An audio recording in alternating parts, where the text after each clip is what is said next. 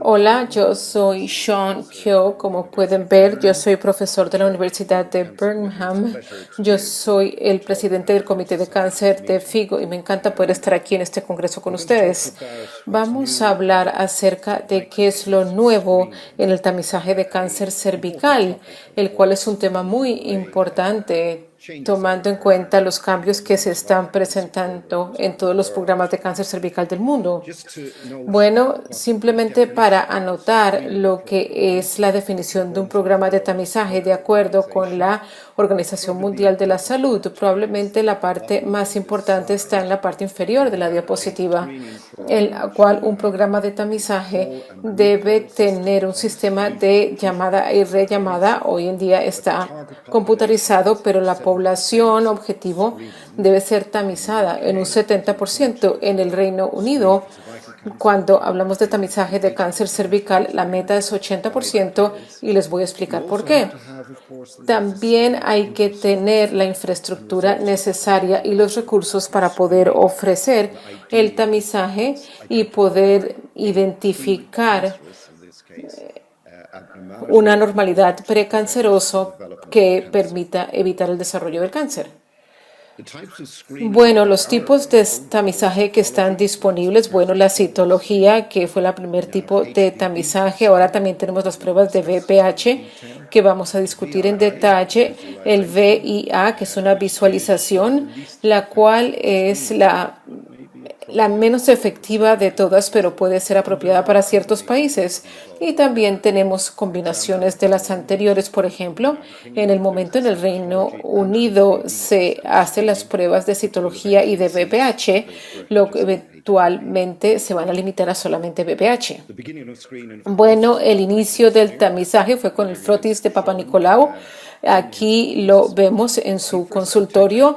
El primero detectó los cánceres y consideró que el frotis podía ayudar a detectarlos en 1920, pero como muchas veces pasa en la medicina, toma tiempo para que esto adquiera tracción y fue en 1940 que esto se convirtió en algo aceptable y se acordó que era un sistema sólido para detectar el cáncer cervical.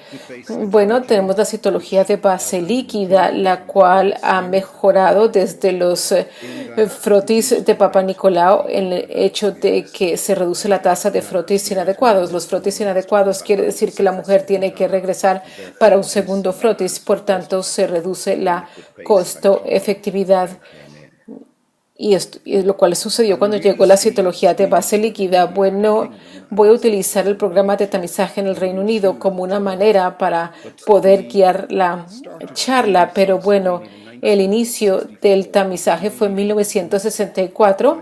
Fue bastante oportunista, es decir, por ejemplo, una mujer que llegaba en etapa de embarazo temprano o que va a consulta con su ginecólogo, donde a veces se le hacía frotis. Y bueno, en muchos países del mundo también se sigue llevando a cabo el frotis oportunístico.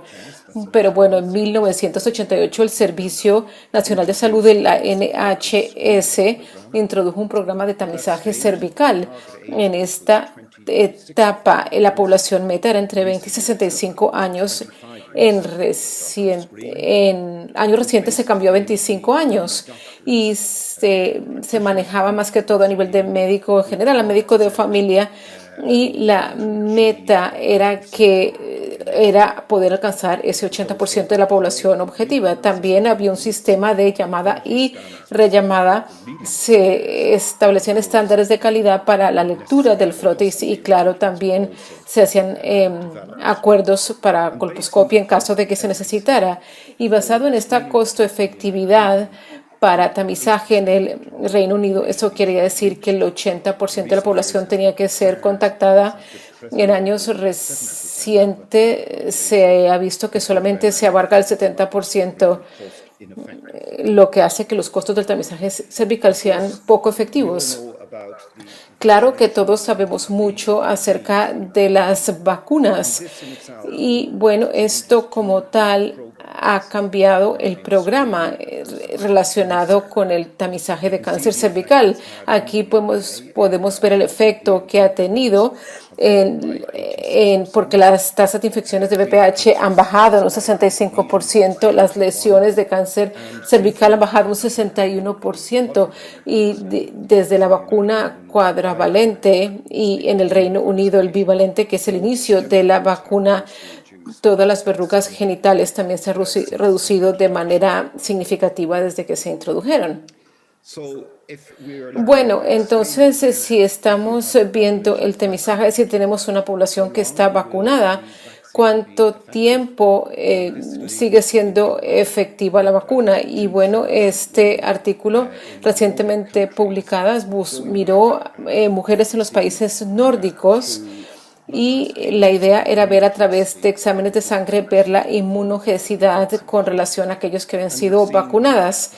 Y parece ser que a los 14 años después de la vacuna aún hay una respuesta de anticuerpos sostenidos. Y esta es una de las áreas de interés que sería cuánto tiempo sostiene la vacuna la respuesta, porque parece ser que no hay una reducción.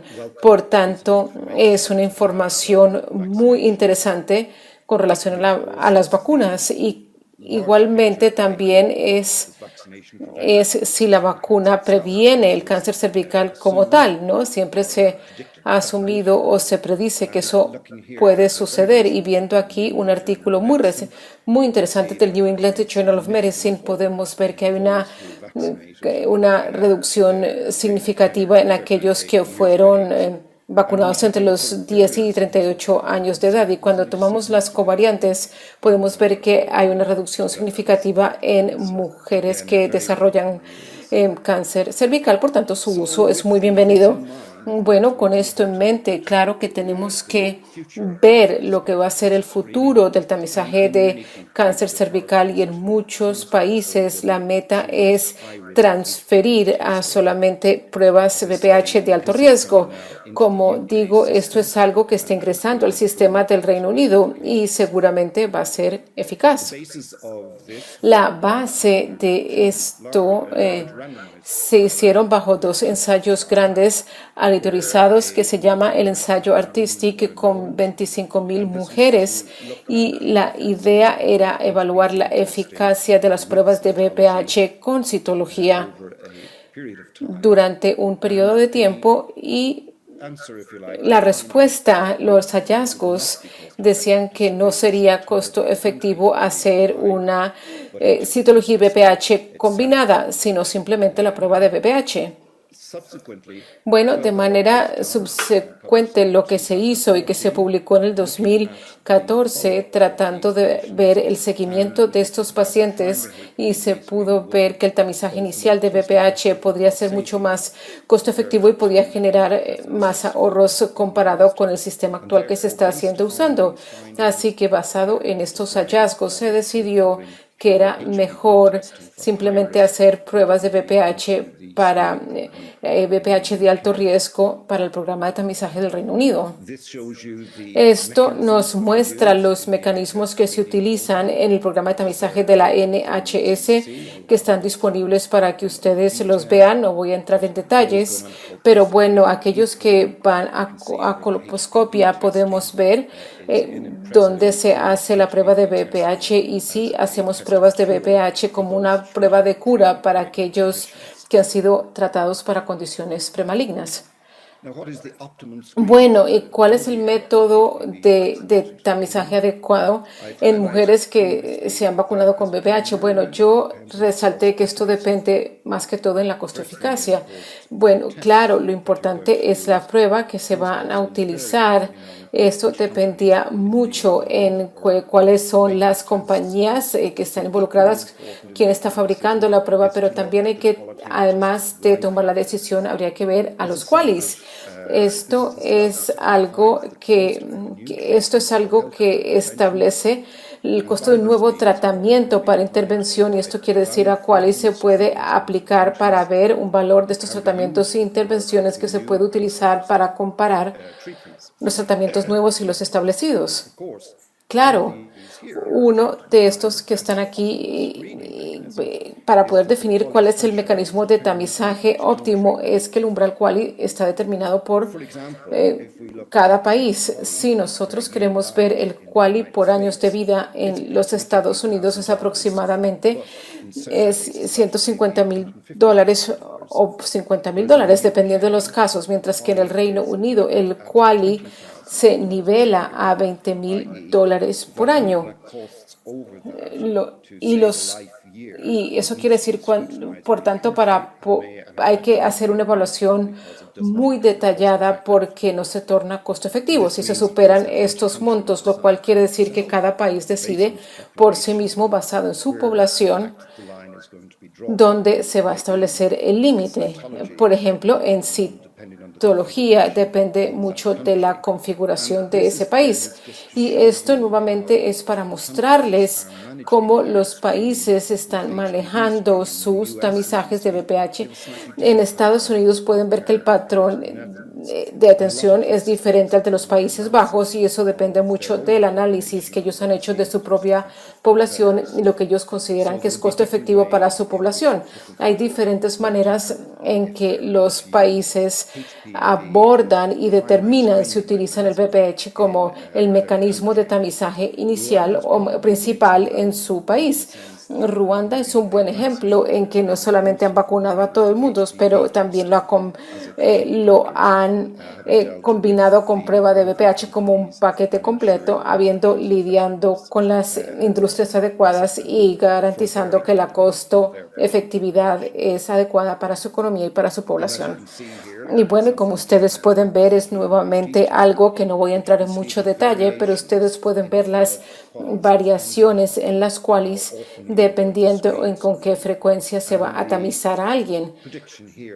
Y bueno, la predicción aquí es que aquellos que son vacunados no va a haber una necesidad de que se haga un tamizaje de la misma extensión como se hizo antes. Por ejemplo, ahora en el Reino Unido empezamos a los 25 y lo más probable es que sea una modalidad de tamizaje de 5 o incluso 10 años, que los 5 años que hacemos actualmente.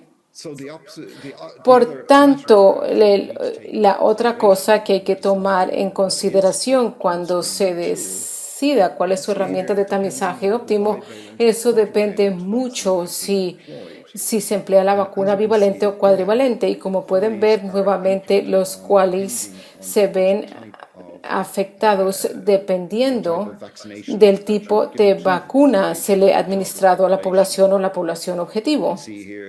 Aquí podemos ver que las estrategias de tamizaje óptimo para los bivalentes o cuadrivalentes podrían ser cada 5 años iniciando a los 25 o 30 y podemos ver que los cuales varían entre $34,000 a $138,000. Si vemos en la vacuna no valente se puede reducir la frecuencia a 10 años y nuevamente sus cuales a esa edad de 35 son $40,000, que está dentro de los marcos establecidos por los Estados Unidos, pero a los 30 años se afectan los cuales. Así que hay muchos cálculos que tienen que hacerse antes de introducir cuál sería el tamizaje ideal para el país seleccionado. Bueno, las ventajas más importantes del tamizaje del BPH es que es rápido, es automatizado, sí se puede decir que es preciso, especialmente asociado con las lesiones de alto grado, las NICTOS 3, pero otra ventaja importante es que las mujeres se lo pueden hacer ellas mismas. Claro que es muy difícil para las mujeres tener que ir al médico a hacerse una frotis, esperar los resultados y luego tener que hacerse uno segundo. La posibilidad de hacerse la prueba de manera individual es algo que es muy bueno. De las pruebas de BPH ya se ha demostrado en unos estudios pequeños que las mujeres que no son adherentes a la citología cervical sí se pueden hacer una prueba de BPH ellas mismas y recientemente hay un ensayo en el Reino Unido que está empezando para ver el valor real de esto. Y las desventajas del VPH es que se pueden detectar muchas mujeres que no tienen nada y van a ser remitidas a la colposcopia basado en un VPH positivo. Entonces hay que tomar en cuenta que va a haber un incremento en la carga laboral al inicio, pero pues no va a ser así todo el tiempo. Bueno, entonces para la población vacunada, si se vive en un país donde eso se ha iniciado, ¿será que empezamos a los 20 o a los 30 años y hay que incrementar los intervalos a los cada 5 o cada 10 años? Eso es algo que se tiene que decidir de acuerdo a la costo-efectividad del sistema de cada país y también dependiendo de las necesidades de su sistema de salud. En conclusión, por tanto, se puede decir que las pruebas de VPH tienen el potencial de convertirse en la prueba de tamizaje para el futuro. Está presente en muchos países ya, pero y se espera que esto se despliegue por la mayoría de los países occidentales. En aquellos donde hay un programa de vacunación implementado, posiblemente que se inicie la edad de tamizaje a una etapa más tardía y que los intervalos de tamizajes pueden ser más extendidos. El abordaje óptimo para cada país dependerá mucho en la infraestructura de salud y de la costo-efectividad, lo cual va a influir los métodos de tamizaje empleados, porque aún van a haber países donde esa citología termina siendo el método de tamizaje más costo efectivo. Muchas gracias por su atención.